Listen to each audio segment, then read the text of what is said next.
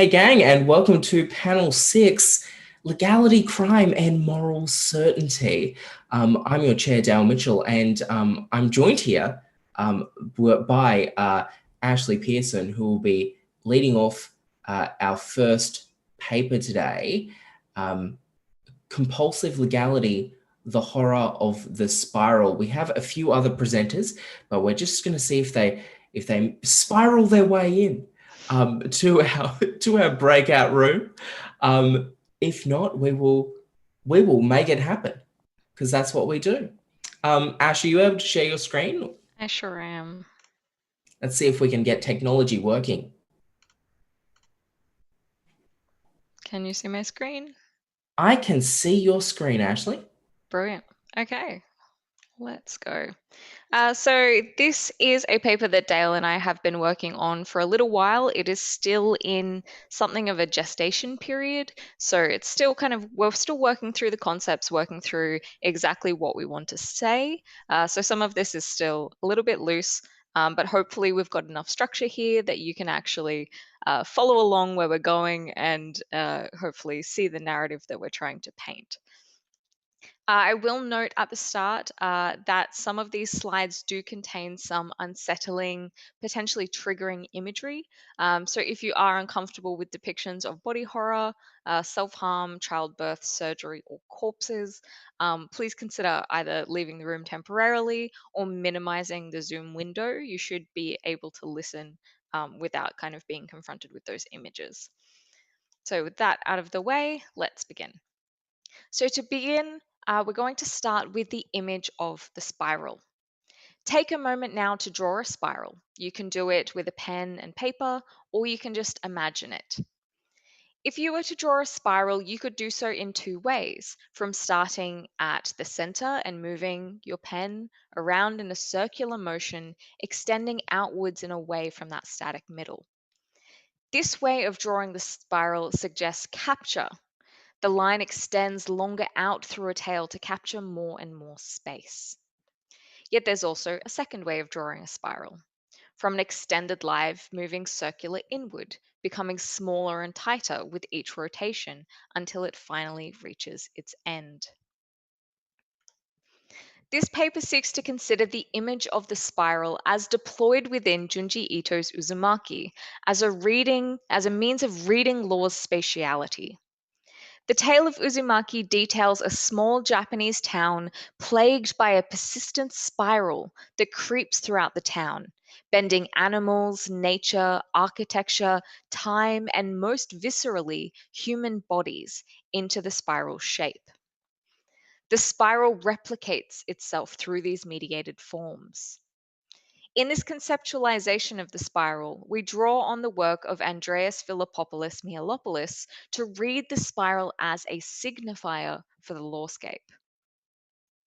The confronting nature of the images used renders visible to the reader that which is ordinarily invisible. Unlike most others in the narrative of Uzumaki who are drawn to the compelling mesmerism of the spiral, the protagonists are visually disgusted or fearful of the spiral's encounters with the town, mirroring and doubling the reader's own disgust. This disgust suggests an attempt to withdraw from the lawscape. Yet, as the narrative of Uzumaki ultimately confirms, this withdrawal only serves to replicate and strengthen Law's reach, as the protagonist's attempted escape from the spiral proves ultimately fruitless. In considering this narrative of the connection between contamination, compulsion, space, and law, we reflect on the way in which law seeks to compel in moments of crisis. So, for those of you who are unfamiliar, the story of Uzumaki follows a teenage couple, Kirie Goshima and Shuichi Saito, who bear witness to the contagion of spirals that plague their town of Kurozucho. Spatially and communally, the spirals begin small. The initial signs of the spiral within the town are located within nature. A snail on the wall, whirlwinds in the air, whirlpools in the streams.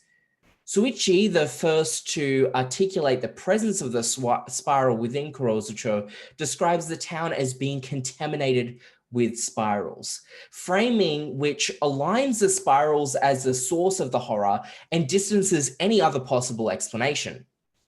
Before long, Suichi's father becomes obsessed with the image of the spiral. At first, he collects the objects and images that have a spiral shape, progressing to creating his own spirals by swirling whirlpools in his soup and bathtubs.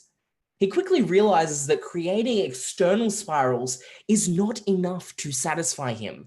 He discovers that he can express the spiral through his own body by rolling his eyes, extending and curling his tongue, and ultimately, he is compelled to create a spiral that is beyond the physical limits of his body. Following the death of Suichi's father after his full expression of a spiral, he is cremated and a spiral emerges from the crematorium. He is a spiral even in death. This expansive display is witnessed by the town, after which events quicken and the materiality of the town is increasingly captured and transformed by the spiral. This capture and transformation of the town into a spiral is quite literal and extends to all bodies within, with each encounter with the spiral assembling ordinarily disparate bodies into one. The spiral affects all dimensions of the town, compelling other things to replicate the spiral itself, always reinforcing, repeating, and reiterating itself as it contaminates new forms. At the climax of the tale, it emerges that this spiraling pattern of the town is also one of repetition and replication. The final panes of the tale feature the protagonist re-entering the city, now captured in a total spiraled form. As they move through the space, time becomes slowed until at its core it is still, and they discover a secret underground city of spirals, echoes of past Kurozuchos that have since been destroyed. The center of the town is the point around which the spiral swirls. It is the temporally fixed point of the spiral to which each iteration and fresh destruction of the town always returns. Now, the image of the spiral is central to the reading of Uzumaki as the lawscape. So before we move on, we want to spend a little bit of time unpacking its utility as a symbol. The spiral is well known for its mesmerizing properties that draw the eye and suggest movement through its ambiguity. A spiral can be opening or closing, dissipating or concentrating. It suggests dynamic movement through its bidirectionality. Yet as a symbol, it resists being given life or movement through sequential connections. When drawn sequentially with the intention to communicate the spiral's swirling rotation, from panel to panel, scene to scene, this movement is largely undetectable unless an external referent, such as an eyeball, is present. The spiral almost seems to resist the meaning-making visual ontologies of the comic form. It operates within a space where the symbol both constantly suggests life, directionality, and movement through its very structure, but at the same time resists movement through its static, seemingly fixed position. The ineffective image of the spiral then means that the spiral captures the mind of the reader by engaging them to make the meaning of the image themselves, to choose whether they see the spiral as spinning or static. Beyond the graphic properties of the spiral also functions to capture within Uzumaki through its mystic properties of natural ordering. In the modern imaginary, the spiral is greatly associated with hypnotism and mysticism, the unnatural. Yet the spiral has great resonances within the natural world through the recurrences of the Fibonacci spiral. It's not only a spiral, but it is the perfect spiral, the golden ratio, which operates as a structure of natural ordering throughout the universe, whether that's the spiral on an animal or the spirals on a pine cone. So those marked perfections of natural occurrence also reaffirm much of the mysterious and spiritual connections of the spiral. And it's a connection that the text itself seems to iterate. Although Uzumaki as a text pushes the unnaturalness of the spiral to the extreme, the natural perfection of the spiral as a form seems to give the spiral the authority and power to capture the town and mediate its own replication. It's these dualities of the spiral, static and dynamic, natural and unnatural, which enable this contagion of the spiral within Uzumaki to be a helpful symbolic link to unpack law, space, and the subject. The spiral emerges as a key jurisprudential image in this moment as it speaks to the rupture and compulsion connected to law's own spatiality. In moving now to the spiral's connection to the law, we propose that the image of the spiral within Uzumaki can be interpreted as the spatial turn of law.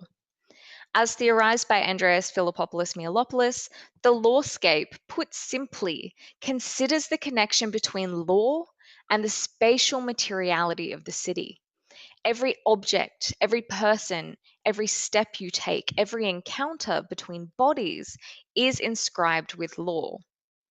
And the lawscape as a concept engaging with law and space can be linked to the existence of air and has been done so previously. Air is so permanently present that it is invisible. It is only really consciously noticed when some kind of complication sets in, such as a worldwide pandemic, which makes everyone hyper conscious about the way that they interact with the air around them. In the same way, the law of the lawscape is hyper present to the point of invisibility and only becomes fleetingly visible in these moments of rupture and breach when law returns to reassert itself. One way to consider the interaction of law and space is to consider the geographical jurisdictional limits of law. This is exemplified by Uzumaki by the spatial boundaries of the spiral. Only those within the physical limits of Kurozucho are able to be manipulated by its powers. The spiral and the law are shown to be architecturally foundational. It is the central point upon which the town is built. And once the town is almost completely compliant to the spiral, at its heart, a deep descending staircase opens itself up to our protagonists, Kyrie and Shuichi, the only remaining resistors of the spiral. Within this center, Kyrie and Shuichi lose their will to fight, and they completely surrender to the spiral, which completes it. At this moment of completion, of total dominance and emergence, time stands completely still. One interpretation of this timelessness is that the spiral, here read as a cipher for law, freezes the origin of law within time as an attempt to eternally capture the unstable moment from which law gains its authority. The lack of an origin point is a trauma for law, and therefore it's something that is repeatedly returned to in an attempt to legitimize its own form. Outside of the jurisdictional boundaries and spatiality of law, the lawscape can also be seen to assert itself within Uzumaki through the spiral's manipulation of the body. For example, a moving body traversing a city is impacted by the materiality in which the law inscribes itself. For example, you have red and green traffic lights. If you see red, you know to stop. If you see green, you know to go. The actual law inscribes itself through the lawscape, the signs, barriers, no entry signs, and changes and compels bodies to move in particular ways. Uzumaki visualizes this compulsion of bodies to obey the lawscape through its spiraled manipulation of the town and its subjects. Spatial materiality reveals law's frequently insidious ways of controlling bodily movement or pause, often making one feel lost and directionless.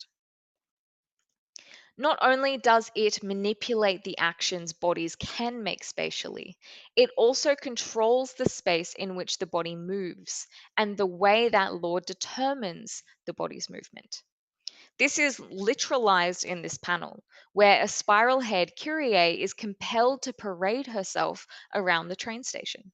Her path is predetermined as one influenced by the lawscape. And the narrative of Uzumaki speaks to this desire, the spiral's desire to be witnessed, to be seen, and therefore, through that seeing, through that witnessing, to spread and contaminate others through its very imagery. For example, in this sequence of panels, we can see Kyrie's friend Sekino become infected through her own attention to the spiral. The spiral at this point has obviously manifested itself and replicated itself within Kyrie's hair. And more specifically, we can see that Sekino is cautious to not become captured. She hides her eyes by avoiding looking at the spiral. Instead, Sekino seeks to emulate Kyrie and embody the form of the spiral herself.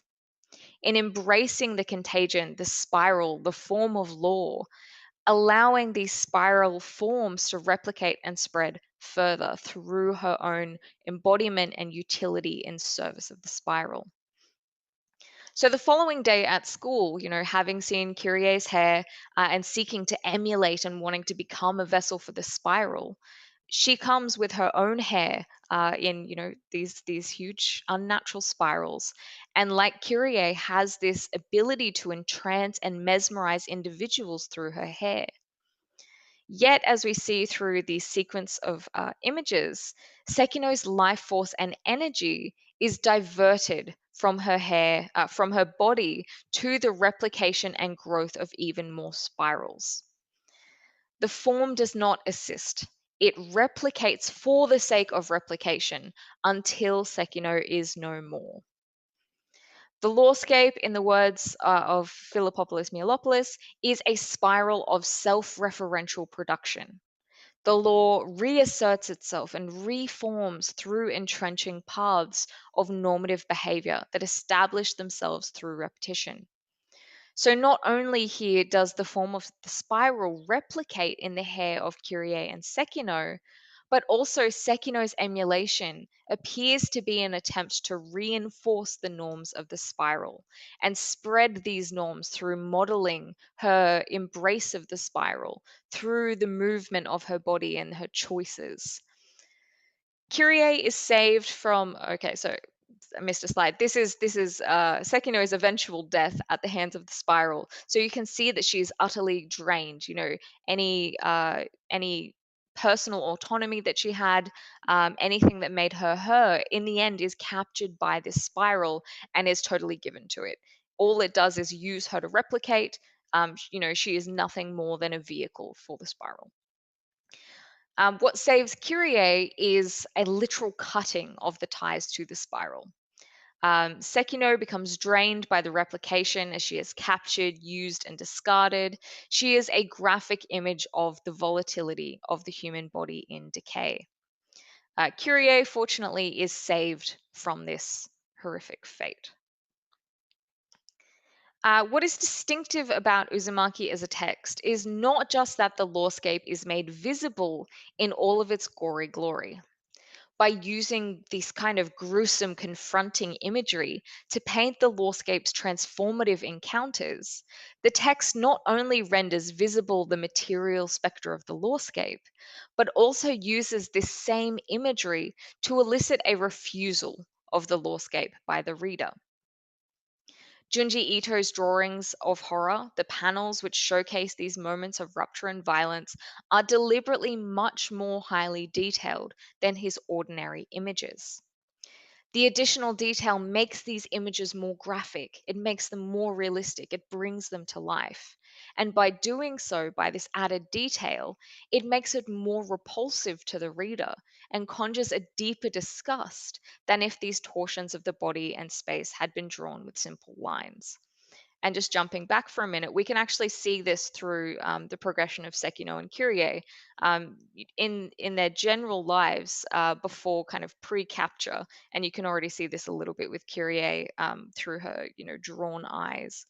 They're drawn relatively simply. And as Sekino kind of slowly decays, slowly becomes more and more captured, you can see the additional hatching and lines on her face that really emphasize that horror. So that's really common to the way that Junji Ito works, particularly in Uzumaki, as a way to kind of elicit this disgust.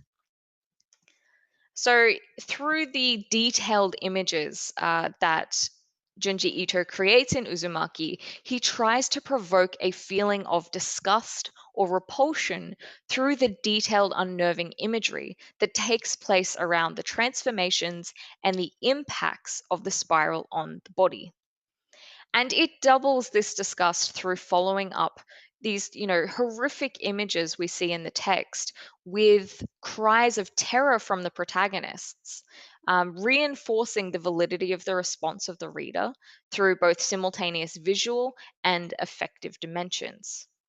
Through these kinds of reactionary images, the reader can see pictured their own facial contortions. They can see, visualize their own desire to move away from that source of disgust. And this experience isn't reserved for the physical either. The mere sighting of a disgusting image can provoke the same sensations of disgust as an encounter with disgust in the real. Alison Young points to this as the affect of representation. It is the power of the imaginary, the shudder that arises out of the imagined sensation of a touch which has not taken place. These images of disgust in Uzumaki seem to operate as a vital juncture between the human and the form of the law. Disgust forms as an illegitimate touching by the commingling of elements which are not only usually separate, but actively held utterly distant from one another. And we see these illegitimate touchings in new ways throughout the story of Uzumaki to make sure that each new horror within the text is fresh and suitably impactful, and therefore suitably disgusting. Combinations include the clash and entwining of human bodies, the reimplantation of a child into its mother, or the coiled embrace of two lovers. Of human and animal, the sluggish transformation of people into snails with their spiral shells. Of human and plant with these growths of thorns on the body. And even beyond the human in the alteration of nature, architecture, and even time. Regardless of the combination, disgust arises at these sites of transformation, the point at which the lawscape encounters and transforms that which it touches. In reacting to the key moments of transformation that are the site of capture for the spiral, the reader is invited to rebel against the parasitic nature of spatial legality through disgust. These points of terror occur at the visualization of how the lawscape captures and restrains, the means in which law and matter flow together in a way that is impossible to tell them apart, capturing all there is. But how does anyone actually rebel against the lawscape? If it's meant to be like air, it's everywhere, right? For Philopoulos Milopoulos, withdrawal from the lawscape is the point of resistance to it. It is, to quote, the movement of bodies away from the embrace, end quote, of the lawscape. Disgust, however, captures and restrains these attempts to resist the lawscape. Disgust achieves this through what are called laws of sympathetic magic, which connect one site of contamination to another. Disgust is spatial. Put simply, this sympathetic magic asserts that if one thing is contaminated by a disgusting substance, a like thing, which is uncontaminated by disgust, will become contaminated simply because of its similarity and relation. For example, if there are two biscuits and one has a cockroach crawl over it, the uncontaminated biscuit will still be a source of disgust due to its closeness to that contaminated biscuit. There is no capacity to withdraw from that. It is this power of disgust which Uzumaki showcases. Rather than moving away from embrace, the protagonists move towards it and surrender to capture. They're compelled to obey the desires of the lawscape. Kyrie and Suichi too, and for once, without disgust, in the end, accept the normative structure of the spiral, entwining their bodies in a communal encounter at the end of the story. Law conjures up meanings from the spaces on either side of its various boundaries. This paper exposes the horrors of law when it takes on a material form which captures subjects through localized spaces. These mediations within Uzumaki are monstrous, they are abject, but they appear through innocuous, natural, regular ways: the curl of hair, the shell of a snail, the turn of the wind. In appreciating the form of the spiral, both natural and unnatural, what we are trying to draw attention to is the way in which law can be monstrous in its own outward capture. This, we proposed, is enabled through the jurisprudence of disgust, which enables the lawscape to be reconceptualized through its own form of sympathetic magic, a conceptualization of the spatiality of the law. Reading law through the symbology and contaminating presence of the spiral, Uzumaki literally draws out the connection between the physical and the metaphysical, and the compulsion of compliance within a space that is utterly contaminated, tarnished, and transformed by law. For the citizens of Kurozucho, this is the spiral. For the humans of 2020, this is COVID-19, coronavirus, the big Rona, and its own relentless symbology, which has demanded enforcement through its own images and language. Hotspot, Wuhan, lockdown, Zoom, facial mask. In these moments, we see the power of law made clear, like in the relentless power of the spiral. But in Kurozucho, as depicted in Uzumaki, this has always been in the foundations of our lawscape, with the twist of disgust moving us toward being in the same moment when it ends again, forever spiraling away from the linear and cast into the abyss of law's multiframe. Thank you.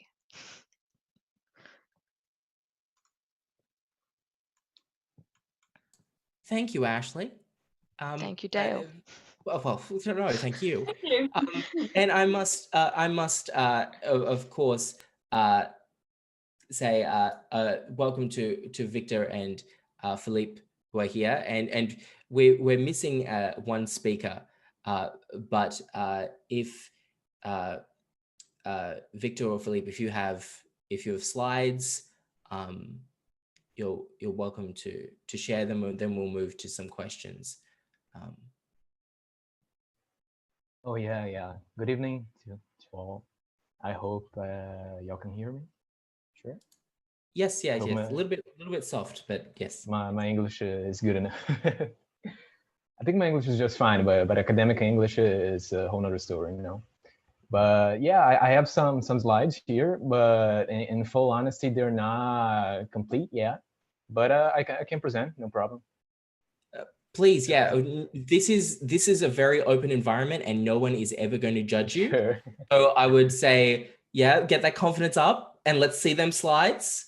Let's see what you can do, buddy. So let's go. Yeah. So if you just share those, click share screen. Sure. Let me just also start my video.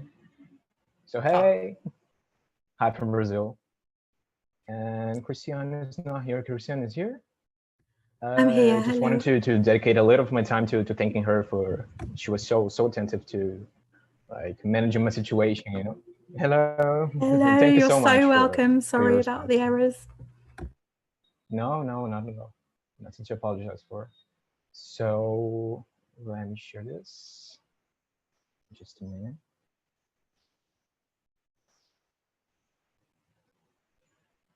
And you see?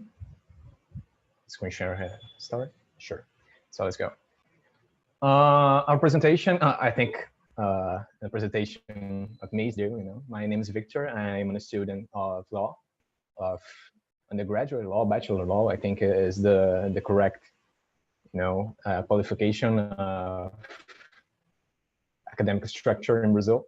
But yeah, I am a student of law at the University of the Federal University of Rio de Janeiro, and Felipe is my, I forgot the word for his qualification of me, but yeah, is he there?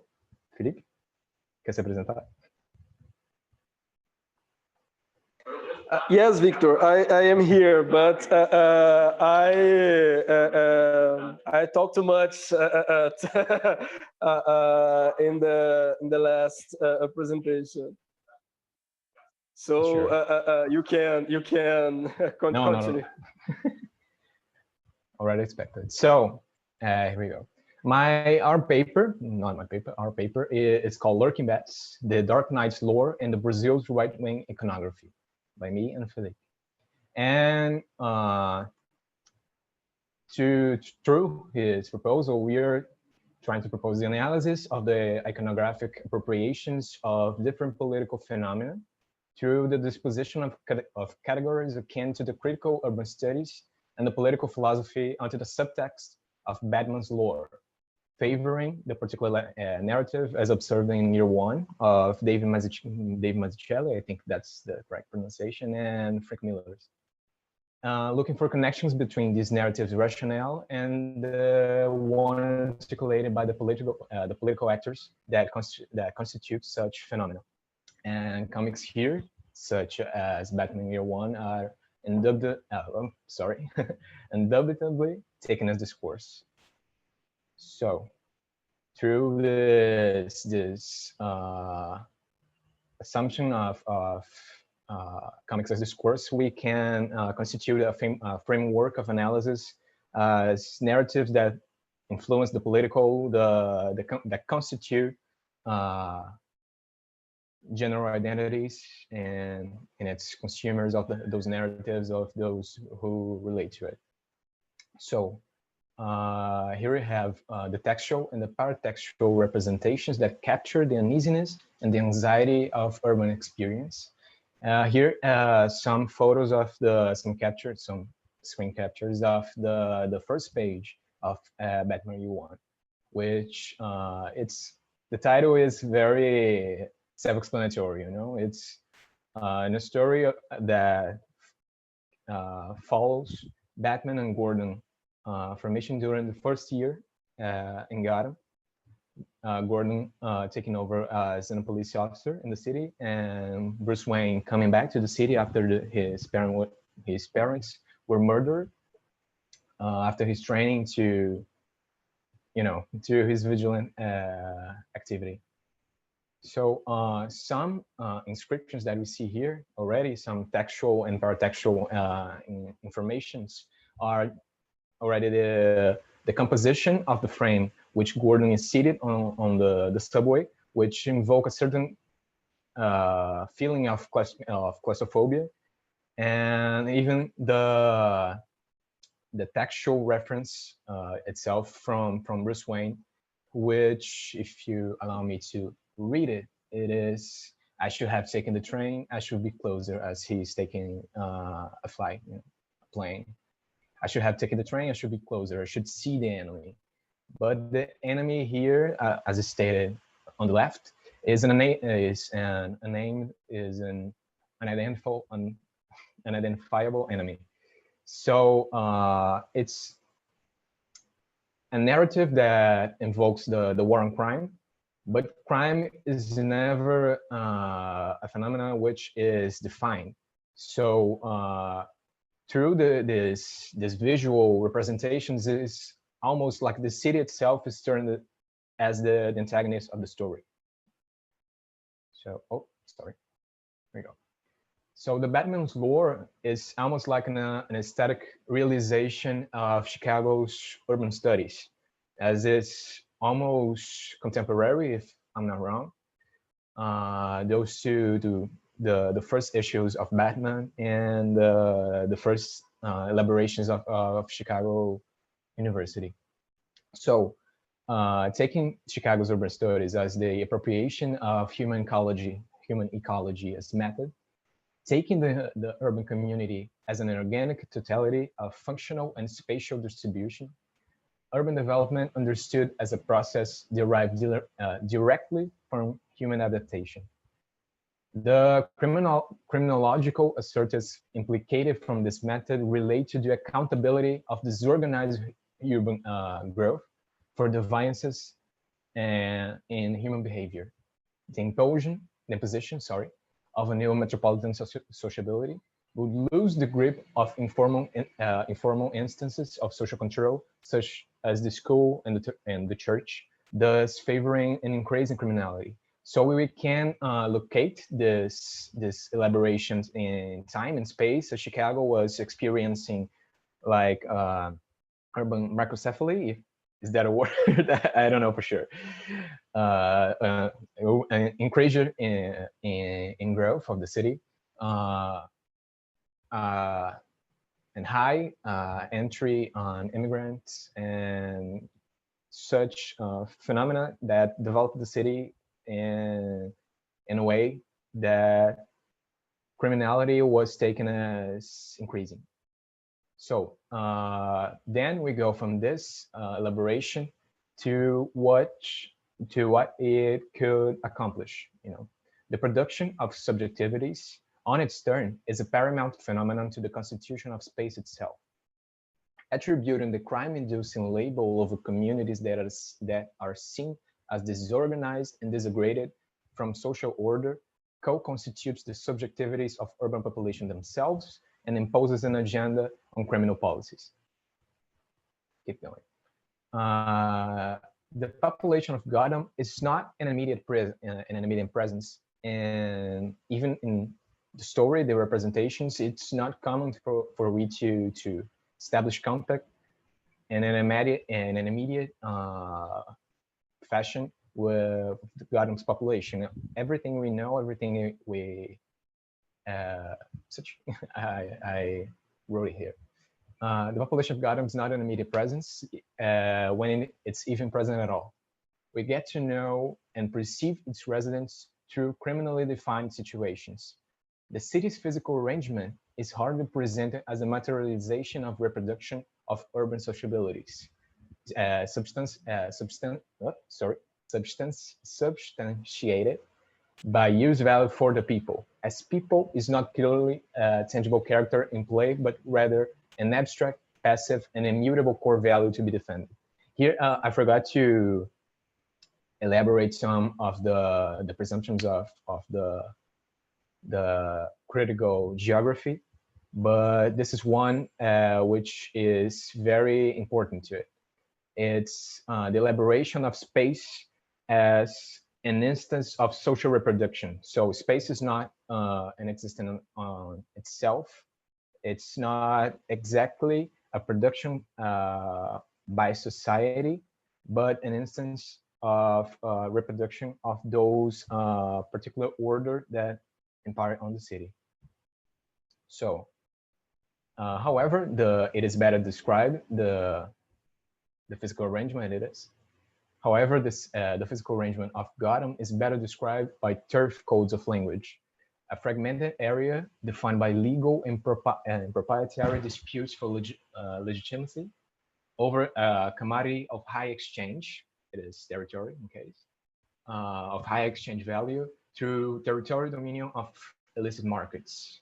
Markets which individual and collective agents, both inside and out of bureaucratic structure, take part, and therefore also participate in territorial disputes. Gotham space is presented by the byproduct of some symbiotic relation between state institutions and organized criminality. No part for spontaneity on space production, as it is an open process of as it is a process of open conflict or concealed consensus, unavoidably violent. You guys can hear me just right because my connection keeps saying it's unstable. We Sure. can hear you, mate. Don't worry. We can hear you. So, continuing. Reality, however, isn't far off that mark. Amidst the agenda of war on drugs, the prevailing representation of its peripheral neighborhoods and favela communities communicate a criminogenic nature through a discourse akin to a more pedestrian elaboration of Chicago studies, rationale and principles, diagnosing an apparent state of enemy which ensues the rule of organized crime, which is unaware of the contradiction of the statements of enemy and organized crime itself. Being instituted a differential approach to drug control in Brazil, I'm talking Brazil, lenient with users and relentless with traffickers, and textually, at least, unclear of their distinction. Urban territories are infused with criminological meaning and jurisdictional and mediatic consolidation of implicit yet pervasive categories of the subjective space of drug use and the subjective space of drug traffic. The latter being coincidental to higher class, dominant, predominantly white neighborhoods. Sorry, not the latter, the former. The latter is, which I was saying, the peripheral neighborhoods and the favela communities. While drug traffic is taken as a complex phenomenon carried on by highly hierarchy groups, as an activity that branches out to other forms of crime with particular attention to small theft, real manifests relational subjectivity mediated through crime. Every person of every territory is assumed to be criminal or assumed to be victim. Against the postulations of critical geography that explore the ever-becoming essence of the city, Gotham's aesthetics constitute the fictional city as a diametrical opposite of that concept, as it embodies an ever-decadent metropolis fully realized in a long-departed Gothic style amalgamated with Art Deco architecture. This imagery of long-lost public space, taken over by external, shady, and violent groups or individuals, is one perfect match to Rio's right-wing discourse. The consolidation of penal efficiency orientation on public security agenda in the 80s summarized the transition of natural security doctrine to contemporary grammar. National security doctrine was a doctrine stated in the military dictatorship of Brazil, which basically elaborated this concept of an internal enemy to be eliminated, which was often coincidental to left-wing organizations. So, contemporary grammar, fueling in public discourse an opposition between human, patriotic archetype and the scoundrel, effectively labeling constitutional warranties of human rights nature as a hindrance to effective action. Excuse me just 1 second, please. I'm reading through my television as a second monitor and it's a nightmare. It's breathing to seeing its final days, you know. Anyway, effective labeling constitutional warranties of human rights nature as a hindrance to effective action. Effective policy action, even as such discourse possesses a particular capillarity and plays an even major role inside the police habitus. The disposition of every man to act upon the littlest information possible being the essence of ostensive urban patrol, especially when contextualizing a structural and budgetary scale of priorities of criminal policies that operate with little to none investigation in Brazil. Professional knowledge of law enforcement repels any policy that define or reduce its wide and uncertain margin of discretion to address suspect individuals. And we know what defines suspect individual, especially in a country which is so marked with racial divides, with social divides, such as Brazil. Assuming the anti-politics formal structure of discourse expressed in the procedimental denial of bureaucracy as legitimate means, police officers on day-to-day basis shape a collection of expectations about the professional institution, of its legitimate reasoning and objectives, and forge bonds of solidarity as members of a professional class in favor of their colleagues in uniform and opposed to those scoundrels that took the city away. So the reclaim of the public space, therefore, plays an important part of police habitus, which is fully realized during military operations against drug trafficking factions, which is basically the car chief of public security policies in Rio, and certainly an important part of militias rationality and social relations internally with the population residing on its territories and with the general public. Here I'm stating, I said militia, the English pronunciation, but I wrote in the Portuguese orthography, because I shouldn't have pronounced militia, as I said. Militia, because the word militia is very, what should I say? Plurisemantic, yes. It's compounded by different meanings and different contexts. So the word militia here is something very specific to Rio, to São Paulo urban developments. Here we had such a development of extermination groups in the 70s and the 80s, which were basically constituted of ex-police officers and active police officers, which take justice by his hands and basically kill suspects. And that escalated eventually to, I'm synthesizing, oversimplifying by a lot here, but just to give it some context, because it should be on the next slide, but that is not ready yet. So yeah, these organizations operate in territory domain and peripheral areas of the city, not the metropolitan areas usually. Some favelas, some communities in metropolitan areas are occupied by factions, which are in direct opposition with the militia. The militia, in addition, has a political representation. It created a political capital since the 70s, when people who did not have the resources to vote, for example, and the militia as a territorial domain offered the transport for voting locations, which create amidst relations with neighborhood organizations and such. It created a political capital for their consolidation as a political force nowadays in Brazil, which some articles that I read for this presentation, they were written on the 90s, I guess, which stated the weakening of the militia organization, which nowadays we see as a complete opposite turn of events, as it is, and the other way around happened. It consolidated even more and reinstated as a political force and dominated through even more territories.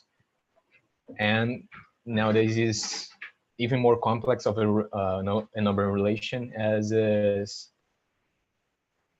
in different moments it allied with drug traffickers to battle another faction of drug traffickers. There's internal factions inside the militia, and even alleged connections with the president of Brazil with the militia. So here,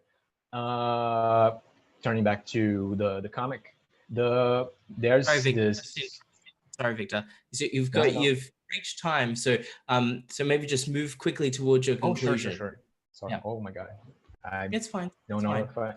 if it's so close to the end. But okay, no problem. So we have the image in the comic of the incorruptible soldier and the self-centered political elites as these oppositions, and as an aesthetic sleight of hand of anti-politics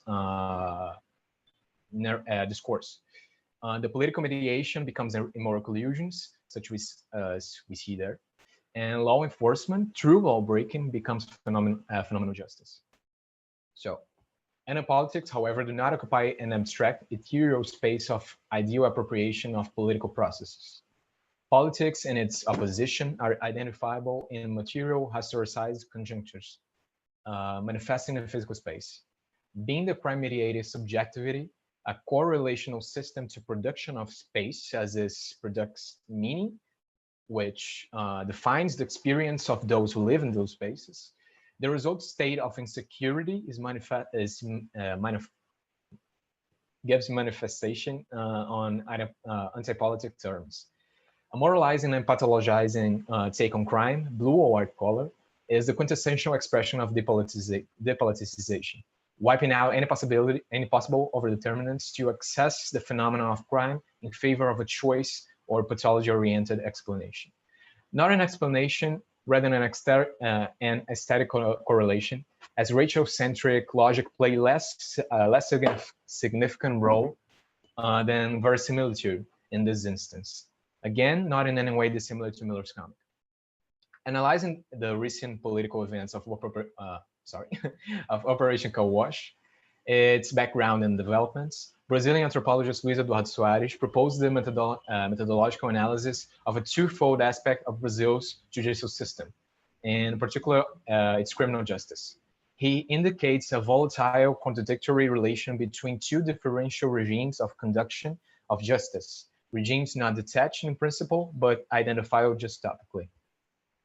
The axis that defines... I think we'll have to stop there. Sorry, Victor. Oh, no. Thank you so much. That was good. That was great, though. Round of applause for Victor, please, and Felipe. Ramel, I'm so sorry. We started our session kind of waiting for everyone to come in, and we had some a few issues there. We do still have some time. We'll forgo our discussion. If you're able, do you have a presentation, a PowerPoint slide, or?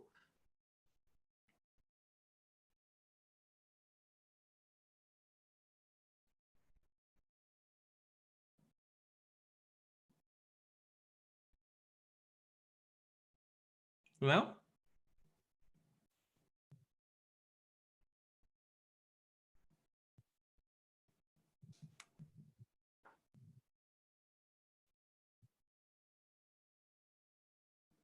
I'm not sure they're allocated. All right, great.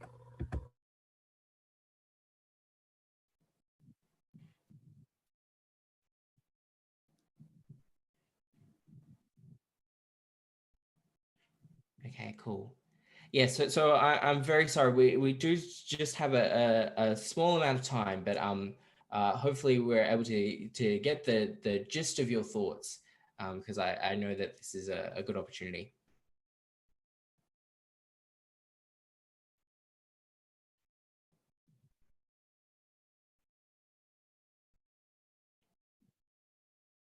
Sorry, Ramon, we can't hear you.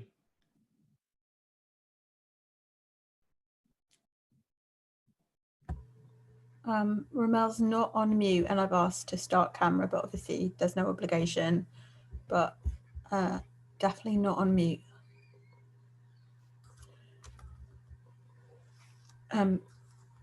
So one way, if you can hear me, if you click the little arrow, which is next to the little mute button down the bottom, you'll see there's a thing which pops up, and it's got like select a microphone and then select a speaker. You might need to join with computer audio if it says that there.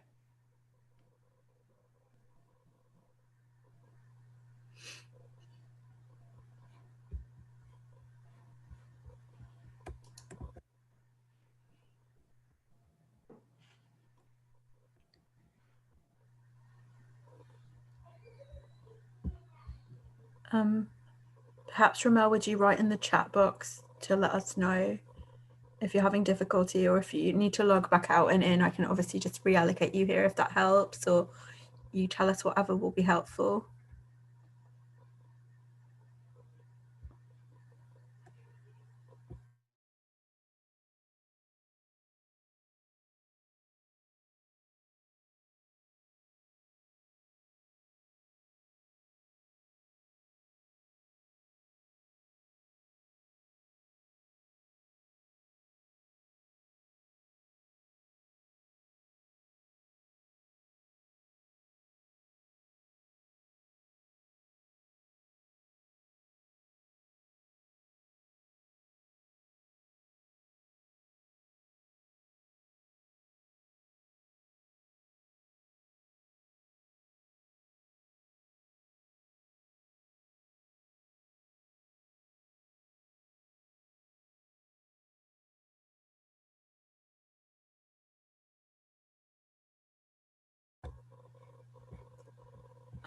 I'm not sure if maybe we could start questions instead, and then obviously if anything changes with Ramel and they can present, then we can just stop immediately.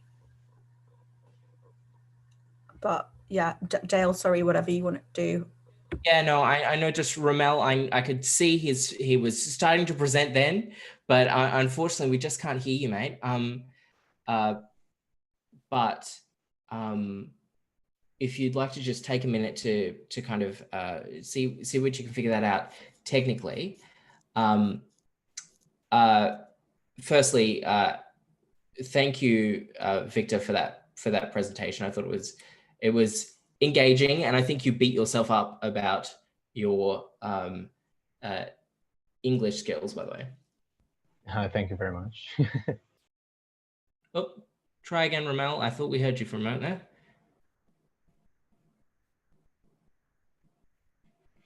No, sorry.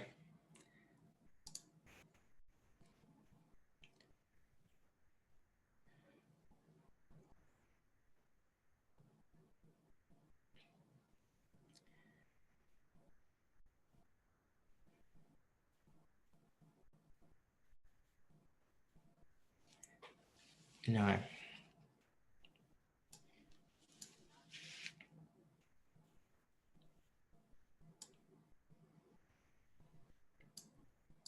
One of the things that I was thinking about, Victor, during your presentation was, you were using year one to kind of read through Batman, right?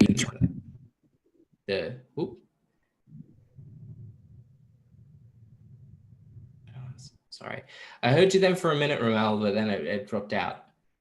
Like I could hear the click. I'm sorry. That's totally unhelpful.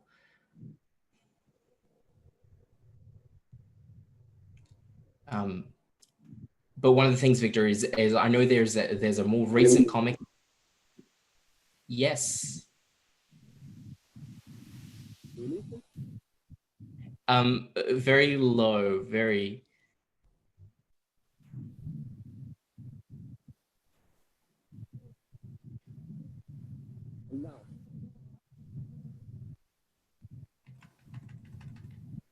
It's still very quiet.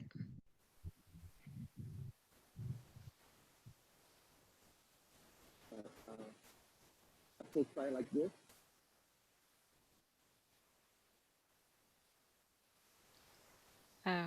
Can you turn up the sound of your microphone at all?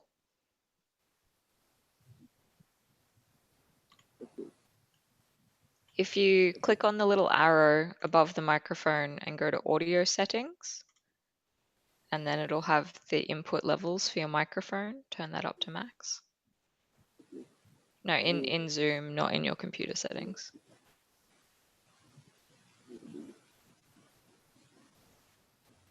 So, Romel, I'm going to go out on a limb and say that you are Brazilian, right?